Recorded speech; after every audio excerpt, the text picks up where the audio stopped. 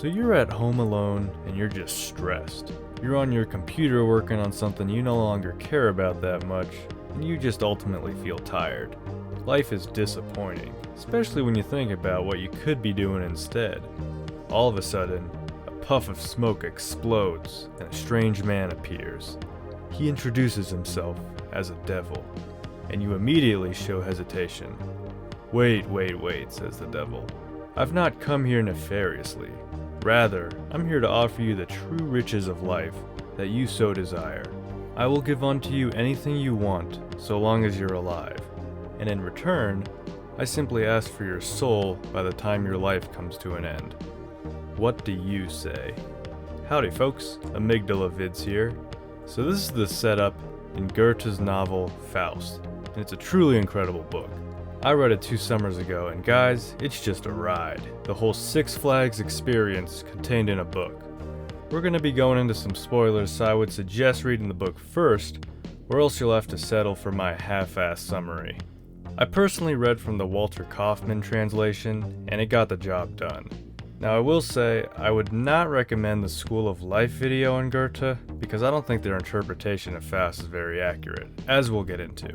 Don't tell them I said that, by the way. I don't want them coming after me. Wait, no, guys! So to summarize Faust, an aging academic, unsatisfied with life, gets a visit from Mephistopheles, a devil.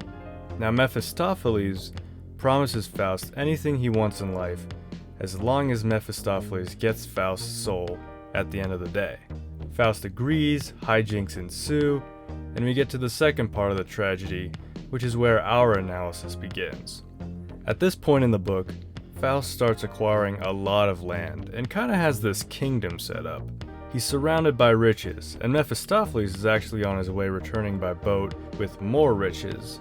And yet Faust is miserable, and mad. You see, despite all this wealth and luxury he's surrounded with, there's this old couple refusing to sell their land and is holding out against Faust. This one little holdout dominates Faust's mind, and he can't help complaining and raging about it. It also doesn't help that the old folks have this bell that rings and pisses Faust off.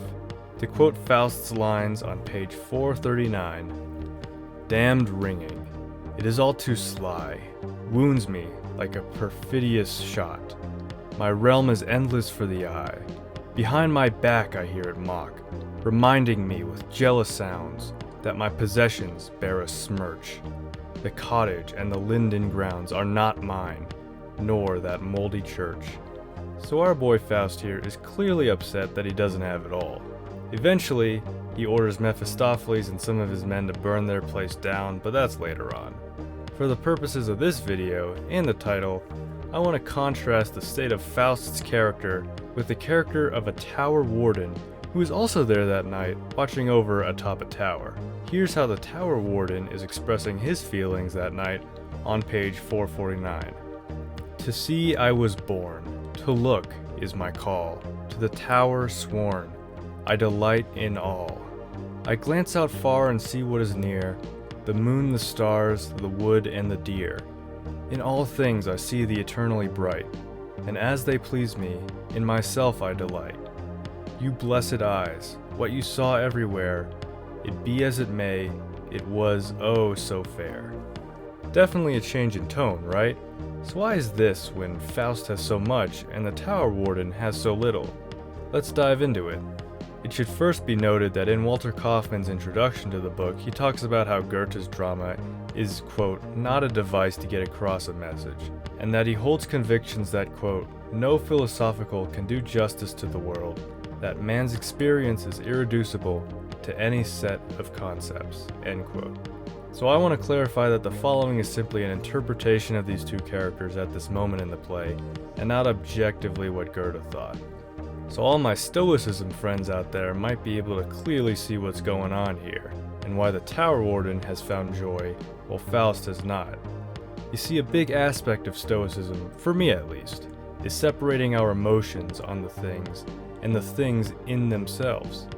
To quote Epictetus, "Things in our control are opinion, pursuit, desire, aversion, and in a word, whatever are our own actions. Things not in our control are body, property, reputation, command, and in one word, whatever are not our own actions. So it's not so much the things in the external world that are the cause of joy or sorrow, but rather our emotional response. This is gonna sound like a stupid example, but one time I accidentally slammed the front door on my hand, and it hurt like when you don't subscribe to the channel, ayy. But yeah, it hurt. I ran to get some ice for it, and now, this whole thing could be a downer in my day, but I kinda laughed. No, I'm not insane. It wasn't an insane laugh, it was just kind of a funny thing, you know? Being clumsy and all, like damn, of course this would happen to me this morning. I don't know, maybe it's stupid, but I had a positive reaction to this whole thing, rather than complaining and being in a grumpy mood all day. Like, what would that accomplish? Now I get it. Life is hard, and sometimes that external world really fucks you. I don't want to sound like I'm downplaying the impact the external world can have on your mental state. Like, what if something big happens, like a divorce or you lose your job? Isn't it kinda naive to be like, you know, I'm just gonna view this moment in a positive light? Yeah, it might be naive. I mean, I don't know what that asshole life has up its sleeve. The world's a real trickster. One moment, I could be checking my phone and finding out that Emily Willis slid into my DMs. And the next minute, my alarm goes off and I wake up. Well, here's the thing. Maybe even if it is naive to look on the bright side, to put it simply, ask yourself, what is the utility of looking at things in a negative light?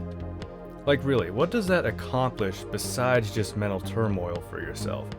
If we return to Epictetus's quote, the external world isn't in our control, so no amount of whining and complaining is going to fix that. You're just going to be hurting yourself. So then ask yourself, well, if I'm going to be dealing with this external world either way, shouldn't I at least make it easier on myself and not emotionally suffer? So yeah, if you're interested in finding joy in life, don't focus so much on the worldly things themselves, but rather your emotional response to those things. Find beauty in the everyday mundane things, like the tower warden.